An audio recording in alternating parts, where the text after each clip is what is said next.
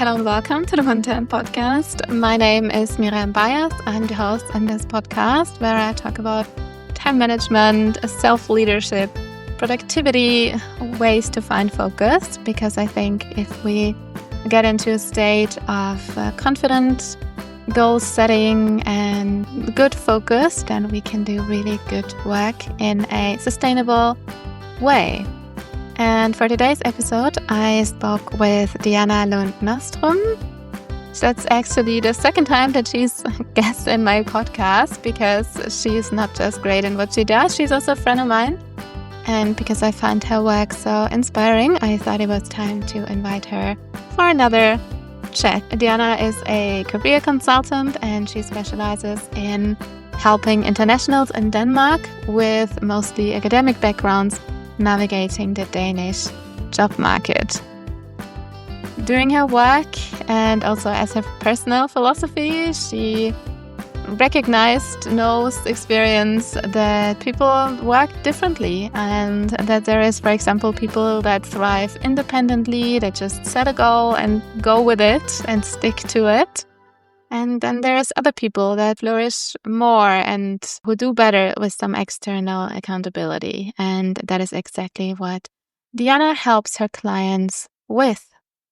And that is also the topic of today's talk. It is setting goals and sticking to them with an emphasis on creating systems that support us in actually reaching the goals with confidence and joy and greater certainty. The big part in that is, according to Diana, having a system of accountability, getting people on board, basically, that supports you on achieving your goal. We talk about goal setting. We talk about setting up those systems. Maybe you've heard about the SMART model. That is a well-recognized, known tool in time management that helps to define goals in a smart way, standing for a specific, measurable, achievable, relevant, and time-bound. And Diana thinks that that's not enough, that if we want to achieve goals, then it takes a little more than these 5 letters. And what that is, you will hear by listening to this episode. And then thank you so much for listening, and I wish you fun exploring our interview. Hello, Diana. Thank you for taking the time to talk to us today. Hi, and thank you for inviting me. It's always nice to have you. It's always nice to chat to you too. It's already the second time that I'm inviting you, so I seem to enjoy our conversations. I'm glad to hear it. But just for anyone who hasn't listened to the first episode, and also because you're in a new role now, would you like to introduce yourself and give us an idea of who you are? So my name is Diana Lund Nordstrøm, and yes, I am in a different role now because I now have my own company since we spoke last. And I am, amongst other things, a career consultant. That's my main focus in my company. Then I also help with personal branding and LinkedIn, LinkedIn was the topic of our last conversation. So that's kind of my main goal, helping internationals, specifically in Denmark, with job search. Okay. And you already gave us the buzzword of our conversation today, the goal, because that is what we want to talk about today. We all have goals, big and small. Maybe the small ones we don't necessarily realize, like we talked briefly about when we discussed today's episode, that we have goals all the time. Brushing our teeth is a goal. Going to the store, buying milk is a goal, but it's not necessarily perceived as a goal. Whereas goals are usually something big. I want to get a PhD degree. I want to get that great job, or I want to lose, 10 kilograms of weight, or whatever it is. And today we want to talk about how can we make it easier, maybe more enjoyable, more realistic, that we actually get to achieve the bigger goals that we have. Mm-hmm. And setting up frameworks, basically. Okay. What is your take on goals? What is it that fascinates you about goals? Where's the beauty in goals? Oh, that's a very good question. I think for me personally, it's fascinating to both with myself but also with others to kind of see what helps me reach goals and how my circumstances influence this. So, for example, when I met my now husband, he could be accountability to help me reach goals because he was an outside accountability in some way. And now that we've married, we've just hit our 5-year wedding anniversary. And the funny thing is that now he's more kind of a part of me. So he's not as effective in helping me reach my goals as he used to be. Mm-hmm. So I think that's super fascinating. And the part about some people are super good at setting goals and reaching them themselves, and other people need to outer accountability. I'm one of the latter. Like I really thrive on outer accountability, and that's okay. A lot of the time it's just about also knowing what you need to achieve your goals. Mm-hmm. And yeah, looking into that, figuring that out, I think is really fascinating. And I'm going to draw up a book for you because I know that you also love books. Yes. Gretchen Rubin, the author, she has written a book, I don't know, maybe 10 years ago now, called The Four Tendencies. And that is really interesting in terms of the kind of person you are when you're setting goals and want to achieve something in life. That's definitely worth looking into to get to know yourself better in terms of goal setting and stuff like that. Okay, so it's the process of the goals that interests you, and what different circumstances can help us achieve our goals, and actually figuring out, okay, what are the circumstances that work for me, that make it more likely for me to achieve my goals. Yeah. And do you have some sort of, okay, I mean, we don't like to be put in boxes, but sometimes it's helpful, obviously. Do you have some sort of idea of persona, like if you are like this, then maybe this will make it easier for you, or if you work like that, then maybe this will make it easier for you? I think most people are like, I have people mostly in two boxes. And one is the people who don't need accountability, who just set a goal and do it. And they don't need any help. And that's amazing for them. And I'm a little bit jealous sometimes because they'll and then they probably struggle on a lot of other things in life. But they set a goal, and then whether rain or shine, they're going to reach that goal because now they set it, it's fine. And then there are the people who are way better with having other people help them reach their goals. And that's where I also come into the picture, because both in terms of course, a job search, but also just goal setting in general, being that accountability partner for people is part of what I'm good at to help get to the point. And let's set the goal and help you. You know this because I'm also pushing you once in a while with let's set a date for things. Let's get shit done. I'm sorry, can I swear? You may, yeah. Okay. So just being that for people. And I think that's where I see then we have, for going back to Gretchen Rubin, she has two other that is kind of I think she calls it the rebel, who's kind of no matter if you set goals just for yourself or you have accountability, your reaction will be to rebel against it. Even if it's something you want to do, you're going to rebel against it. So that could be kind of tricky, right? And then the last one is the I don't remember her name for it, but the researcher, kind of the person who tends to get stuck in over analyzing things and not really reaching anything because they want to make sure that they have everything ready before they start anything. So they can also be the kind of people that I can kind of set into gear, if that makes sense. Because when I'm working with my job seekers, I have someone sometimes who's like, I didn't get the job sent in time or the application sent in time because I wanted it to be perfect, and all of a sudden the deadline has passed. Yeah. You don't want that. Perfect doesn't help anyone, right? So yeah, I think that's how I look more at goal setting from the framework, and then how can I help people do that? So to be honest, I don't think I know the framework here from Gretchen Rubin-ish, but the point is I don't necessarily put people in these boxes. I just look at, okay, so we are talking now, so how can I help you? I don't really care in terms of the label for it. I just care in figuring out how can I fit in a way that's helpful for you. Does that make sense? Yeah. That makes sense. That makes sense. Otherwise, I guess they could read the book and they wouldn't need individual sparring, right? Well, some of them. Sometimes, the people who don't need it anyways, probably. Because I read the book and I still need outer accountability. And that can come in many forms, by the way.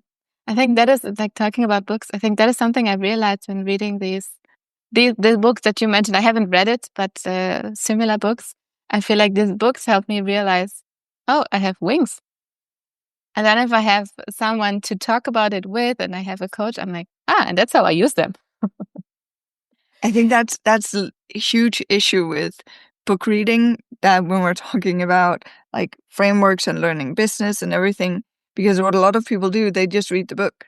And then they're like, oh, now I know that. Yes. But if you don't do it, it doesn't really matter. It's nice that you know it.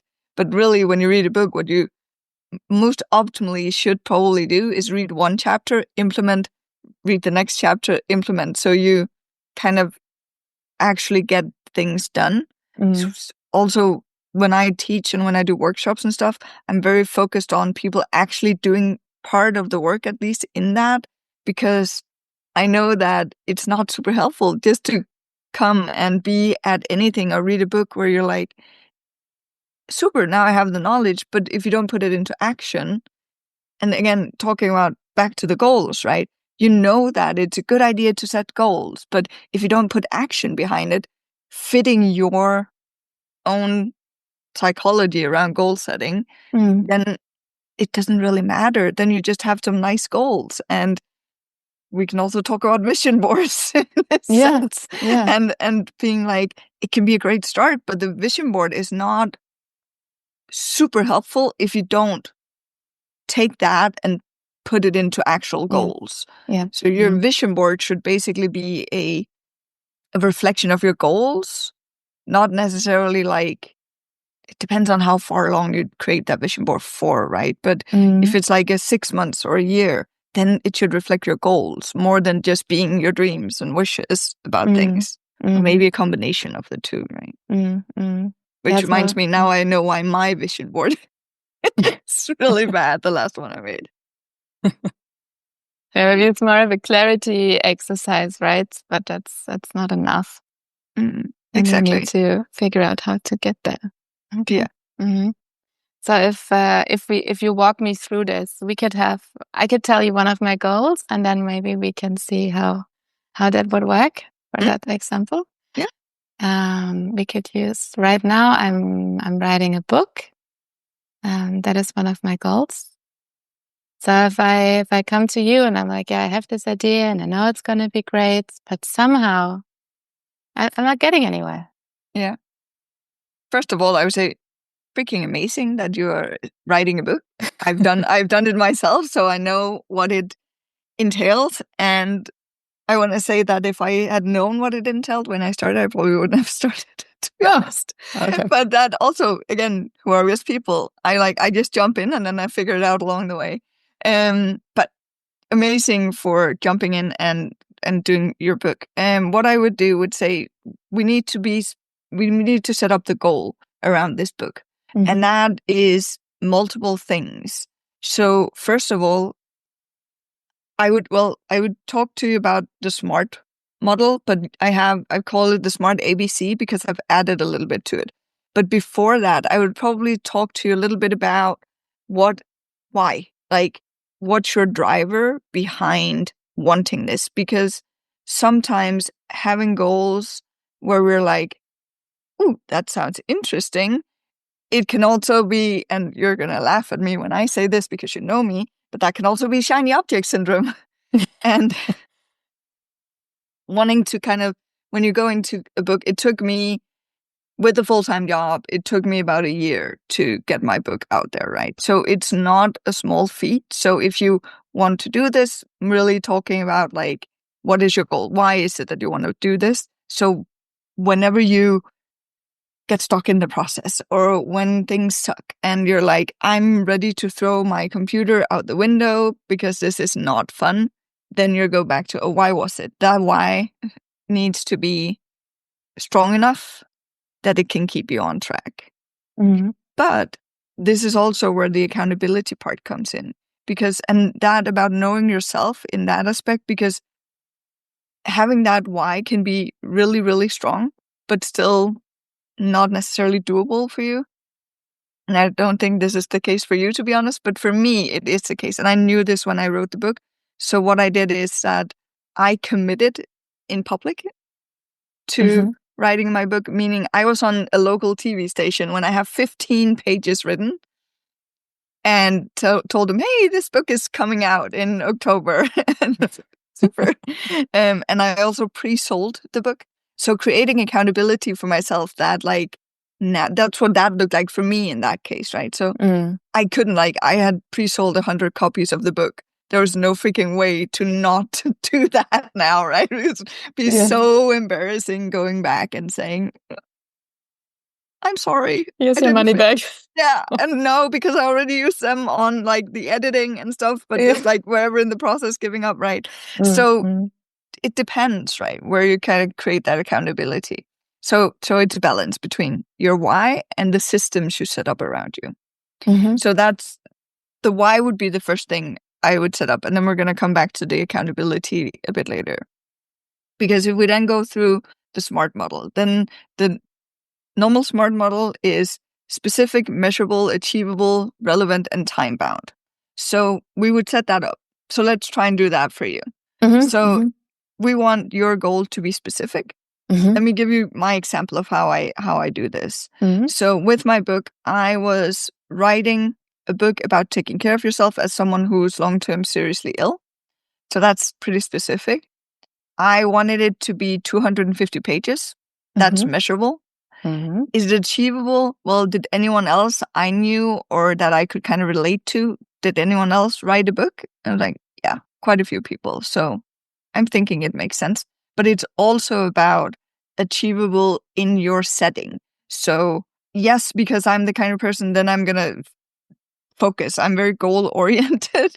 So then I'm going to focus there, right? If I looked at it today and looked back at it, I was going to say I was insane.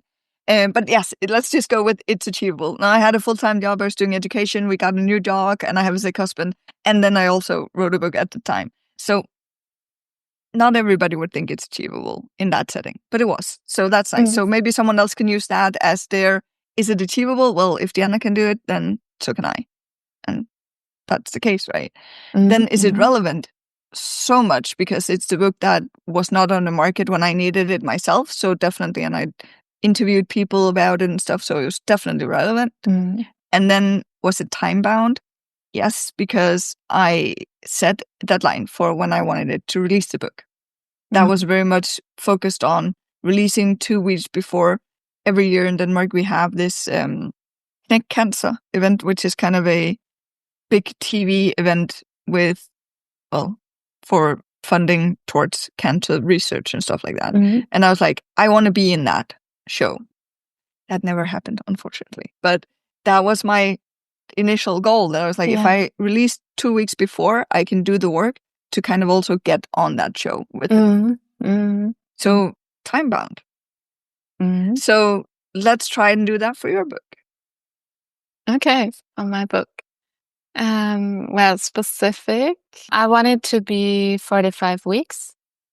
So it's more of a workbook. It's not going to be one story, but as you said before, like read a chapter, do it, read the next chapter, do it. That's kind of the idea of the book. So that is specific, or is that the measurable? That's more the measurable. So the specific would probably be here that it's a journal, right? Yeah, it's a journal. Yeah? A journal about a specific topic. Okay, yeah. So it's a journal about productivity, time management, well-being tips for PhDs. And Yeah, it's also a book that I wish I had had. Yeah. So that makes it relevant. So now we have it's specific, it's measurable because it's 45 weeks. It's relevant because it's something that you are missing. So you know that other PhD students will also find it relevant. And is it achievable? Yeah, I think as you say, there's been other people that wrote books. So yeah. And with your life and with everything that's achievable, I think it's important to also think of the achievable as really, does it fit into my lifestyle? Do I have the time? What about the people around me as well? I think it made sense, right? For you? Yeah. I mean, it's I've been working on it actually for 2 years now, so longer than Which you. gets us to the time-bound thing, Yes. which I'm really interested in hearing your answer for that one. I want it to be printed and physically in my hands before Christmas for sure. Okay, so this is where I was. So that's before the 24th of December. Yeah, definitely. And does that mean that in your hand? Does that mean that's the release, or is that like just for your sake, or is that when it's people can buy it?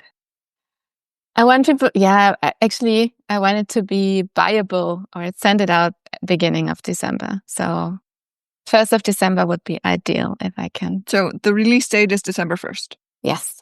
So you're just committing to that now. All right. Good. Okay. So now it's town-bound. That's great. That's amazing. So now we actually have the basic SMART model, right? It's specific, it's measurable, it's achievable, it's relevant, and it's time-bound. Then what I found is that we really want to create the right system around it as well. So that is why I added a few things to this, the ABC. And the first thing is that the A is adjustable. That means that life happens. Sometimes you just have to adjust your plans. Sometimes the printer, I don't know, folks, they are late, right? So it needs to be adjustable, but it needs to be adjustable in terms of things that you are not in control of. So adjustable is not a cop-out thing. It's a things around me is not going as planned. Yes. So I'm going to adjust either, and adjustment can be anything, right? It can also be maybe releasing earlier. Things are going so well that you're like, hey, I'm going to release 1st of November instead. Yeah. So it's about like thinking, do I need to? And always also looking back at your plan and having it really nicely mapped out to figure out, how do I do this? Another exercise that I think we can maybe talk through is also, because having to, like, writing a book, it's a big process, right? And saying, I have a deadline of, I think I released mine on October 11th or something like that. And it's like, okay, so backtracking from that to kind of looking at, sometimes we forget steps in the process. So if I'm saying, okay, so let's do this with you.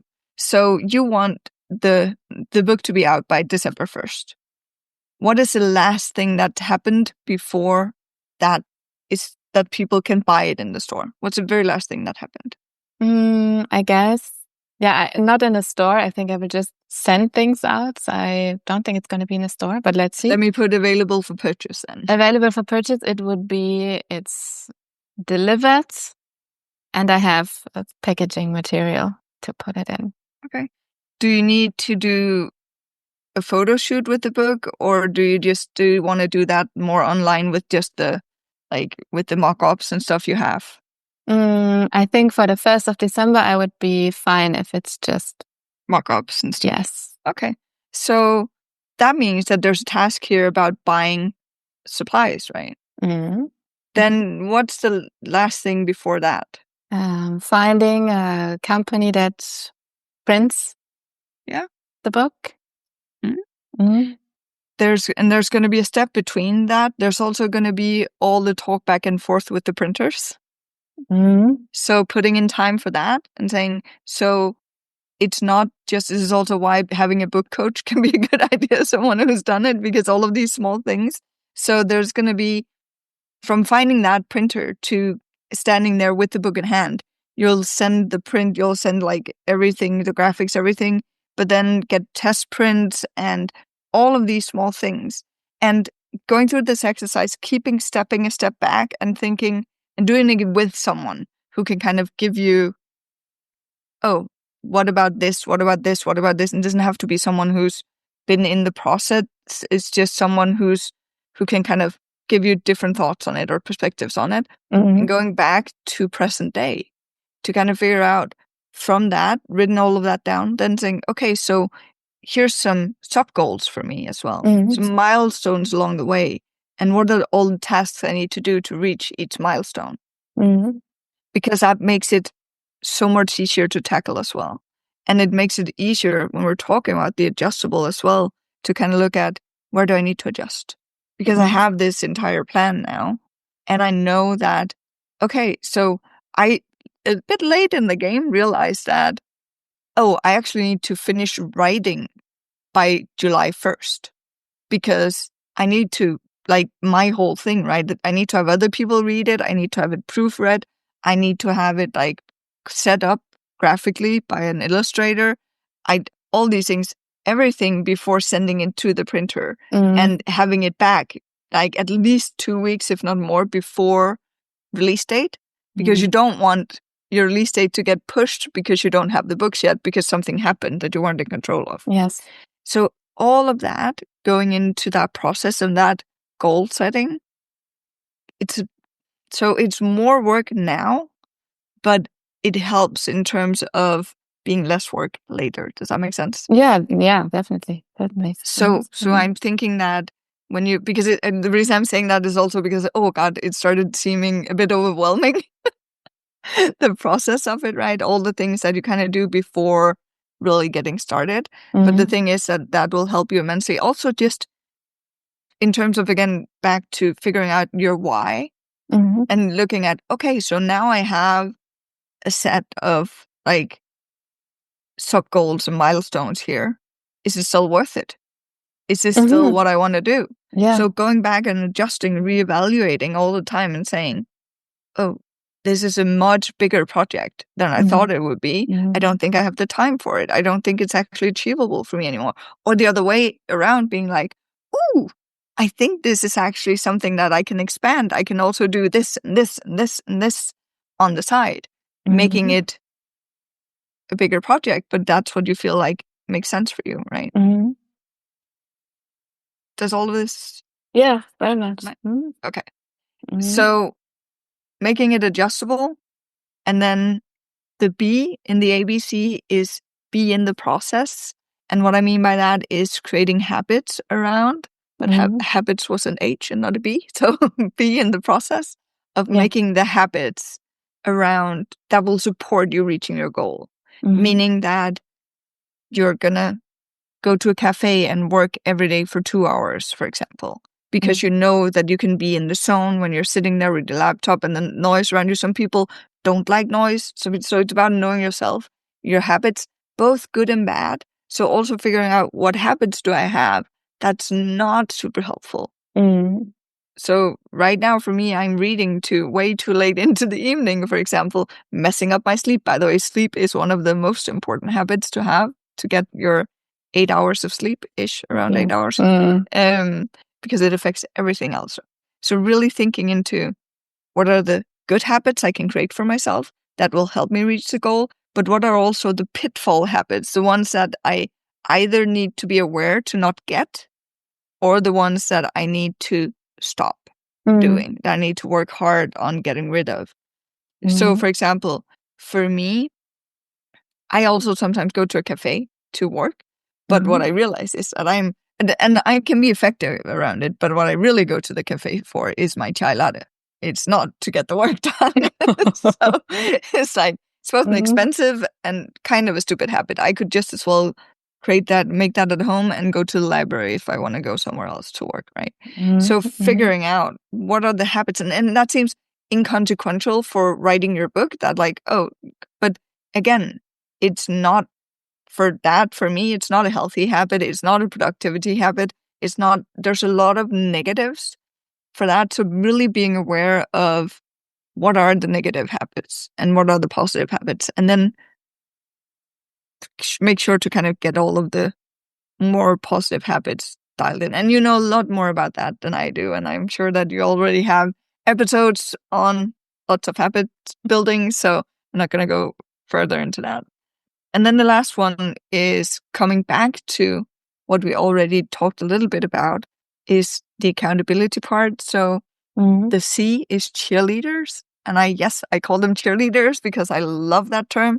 And I think it's so saying that you have people who cheer on you in life and that help you reach your goals. I think the important part here is to also be aware that you can have cheerleaders for different things. So you can have cheerleaders that are just supporting you no matter what you do. For me, my husband, almost no matter what I do, almost, he's cheering on me. He's like, oh, do you want to buy a dolphin? Well, maybe not buy a dolphin. That would be weird. But he's like, if that's what you want to do, then go for it, right? Yeah. But then I have my sweet mastermind group of friends who are like cheering on me, but also saying like, are you sure you're okay, Diana? Are you well? Are you? Do you need to? Do you need to start another project here? So that's a different type of people, right? And then there might be others yet who are much more specific on something in terms of, I'm cheering on you, but I'm also giving you very specific feedback. So the way they cheer is maybe the accountability part of it on a specific part of the project. Or it can be, if you think like really small, it can also just be having your proofreader. So everyone who's invested in your project is basically also a cheerleader, because why would they be invested in a project if they weren't cheering for you to succeed, right? So just kind of remembering to also go to the right people with the right problems. So if I want to talk business, I'll go to my mastermind group. I will not. Well, sometimes I'll float it by my husband, and he'll be there and be like, Dan, I don't know what you're talking about. And that's fine, right? But it's about knowing where to get the support you need and knowing what you need also, because sometimes it can be hard to see for yourself. So being able to chat with the right people about it. So when I'm like, oh, this is interesting, I'm going to start a new whatever hobby or business or whatever it is. And then, well, I can go to my husband with that, because he's like, Diana, you don't need another hobby. You already have a room full of hobbies.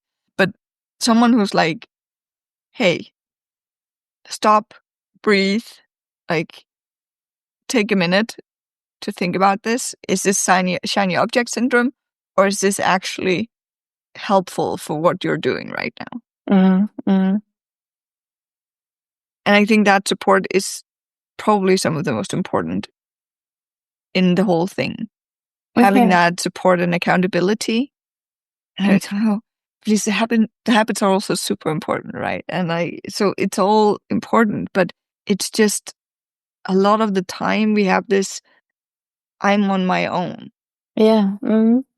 And what I see again and again and again is that whenever people find a community in what they're doing, whether it's writing a book, job seeking, or running a triathlon, let's go with marathon, that's something I can pronounce, having that community around you is going to make it easier. Not easy, but easier. It's going to help a lot, especially for the, I would say, mental and emotional part of it, because there's going to be ups and downs. And knowing other people are in the same state or have been and can help you out because they know what it's like is so super, super important. And maybe also help you, kick you in the butt when you're not. Yeah, that's also needed sometimes. Exactly. And that's the accountability cheerleaders, right? Yeah. That's someone like me who's like, hey, I'm rooting for you all the freaking way, but you need to get your ass in gear. Yes. Yeah. And set those deadlines. Yeah, true. Yeah. I like that, because I think it's a nice summary of, there is me and my thoughts, which is like the core. So that is the being specific, deciding on my why. So that's just really me. Then it is me and my actions. So that is what I'm actually doing and capable of, like my habits and setting out a plan that is kind of detailed and that allows me to follow up. And then there's the next level, and that is me and others. And that is, at least in the SMART model, is not, I would say it's not at all included. No. But then there's also me and other people I can get feedback from, people I can get criticism from, but also people that can cheer for me and lift me up. So it's really all of the three that can support me. And if I know how to navigate the three, and some people can be a lot of it in one, right? But it's just important to know that, or to think about the fact that not everyone is everything, and it's okay to have multiple people supporting you in the process, and really looking into what are the strengths of the people around me. Where can I ask for specific help? Because it's what's going to make most sense, right? To get you toward your goals faster and better, even also. Yeah. Is there something that you could witness in people that you guide or that you join on their journey? I'm not sure I understand the question. Is there something like common problems that you can see and how you overcame them, or common wins or something? So I think when I help people and when I talk to people, it's a lot of the time, and it's funny because it's small things. A lot of the time, just getting people to kind of set a deadline for themselves. Just saying, like with you, now you committed to December 1st, right? And I have my own coach, and she was like, we were talking a little bit about starting a podcast, and I was like, okay, so when do you want to do this? Let's go, right? Let's set a date. And she was like, oh, I don't know, summer, sometime, like, let's set a date. So that thing about getting people to, because the thing is, that's when you go from, it's something out here that's a dream, that's like, oh, and someday I might do something, whether it's starting something or it's finishing something. That's also two different aspects of it, right? But getting those dates in, that's super, super helpful. I see that again and again and again because it motivates people. And then in terms of what I see people, they get stuck in their own head. That's why the accountability part and having someone help you along the way is so important, because either they get stuck because they overanalyze and they want everything to be perfect. They keep working on it, or they just get stuck in a rut of overwhelm. And just get too overwhelmed. And I think maybe I have an idea that you would be the perfectionist type. I used to be. Yes. Yeah. I think I got better. Yeah. I think that would make sense. And I'm the other way around. I'm kind of the overwhelmed type. So I start so many things, and then all of a sudden I'm like, whew, I should probably figure out some slow down, right? And having the people around you to kind of help you navigate that, both having the clear goals that know that, for example, when you are having kind of the milestones and everything you need to do in between, that helps a lot if you're the person with overwhelm, because that means that you already have the next step mapped out.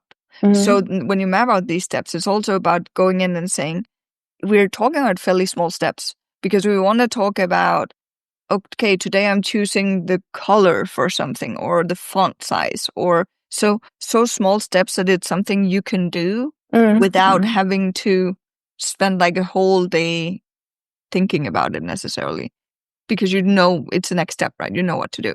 On the other hand, for the perfectionist and the overachiever on this, having this and saying, hey, we made this plan, we're gonna freaking stick to it. I don't care if you all of a sudden want to spend 3 more hours researching something. No, you promised me that you would have an answer by this time for me.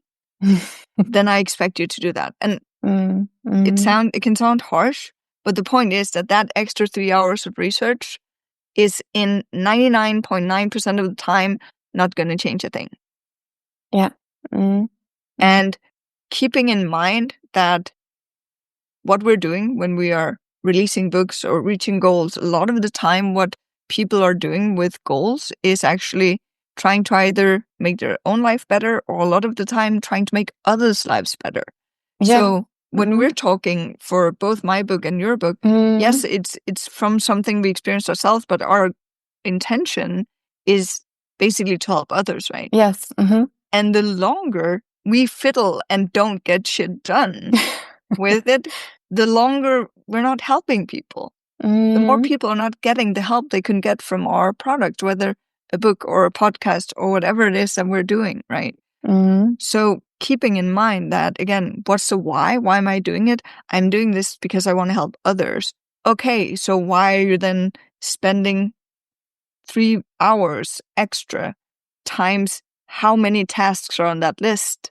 Yes. Delaying helping other people. When you know that looking back, track record-wise, this is what I experienced, at least with, again, I'm not a perfectionist, so this is my experience with other people, that track record-wise, it's those 3 hours didn't make a difference, really.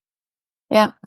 And for myself as an overthinker and kind of getting into that like overwhelm, a lot of the time I can spend a day dreading something, and then when I'm sitting down doing it, it takes 10 minutes or 15 minutes to get the shit done. And I'm like, why? Why would I do that to myself as well? Yeah. But also, why would I delay that for potential readers or whatever the goal is, right? Yeah. Very often thinking about a task takes more time than the actual task. Yeah. Yeah. And I think it's important.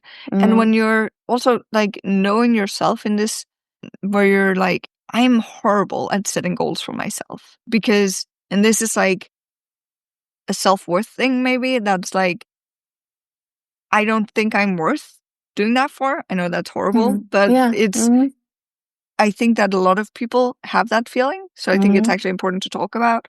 So, but if that's the case, that's definitely something to work on. On like the self-worth part.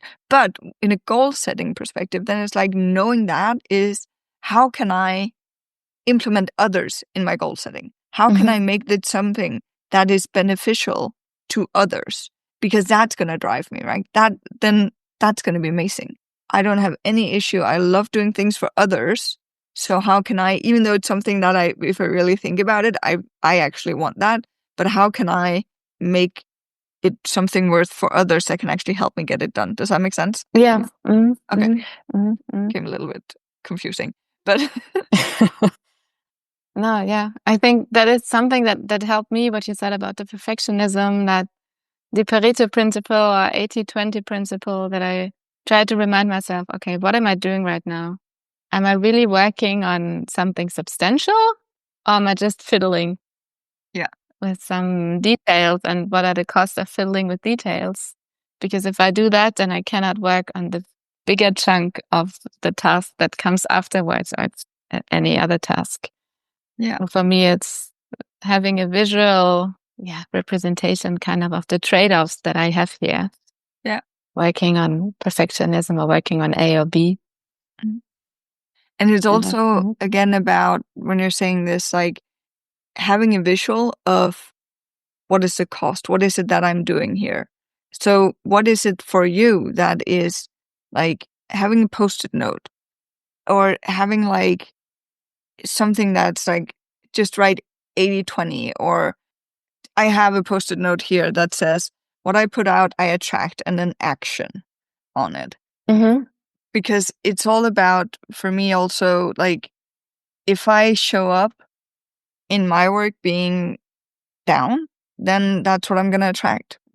Whereas if I show up with energy and positivity, then that's what I'm going to attract, right? So figuring all of these things out, what is it that works for you and what helps you drive and motivate you? Because just because it works for me, it doesn't mean it works for you. Yes. So it's also a question of knowing yourself and get inspired by others, but not necessarily just copying others, because it's not sure that that will work, right? Mm. Yeah, and having the patience to try and test. Yeah, but it's worth it. Mm-hmm. Yeah. Yeah, patience is not my strong suit. I think most people struggle with that in one way Yeah. or the other. Yeah. Yeah. Thank you for sharing all of your ideas and for giving me clarity on my book project. So that was really helpful. Good. I look forward to ordering that first copy. I will let you know. Is there anything else that you would like to add for someone who is about to embark on their goal journey? I think start reaching out to someone to help you. Just not necessarily, it doesn't have to be someone professional. Mm-hmm. Just talk to someone about the goal you have. And now you can go back and you can kind of listen to the steps here and use them to set that goal. Yeah. Mm-hmm. But I think the accountability and the talking with others, have someone help you map it out, is a great way to move. Mm-hmm. Mm-hmm. All right. Yeah, thank you very much. Of course. So we're also gonna do a live after the podcast, and we will let you know when that is gonna be. And if you have a goal that you would like to have mapped out and that you feel like you could need some help with, then we will be happy to help you with that. Mm-hmm. Yeah. Or what habits you should create around the goal or whatever it is that could be helpful. Yeah. Mm-hmm. Okay. Then thank you very much, Diana, for your time today, for your insight. Thank you. Thank you for inviting me. It's always nice to speak with you. So same here.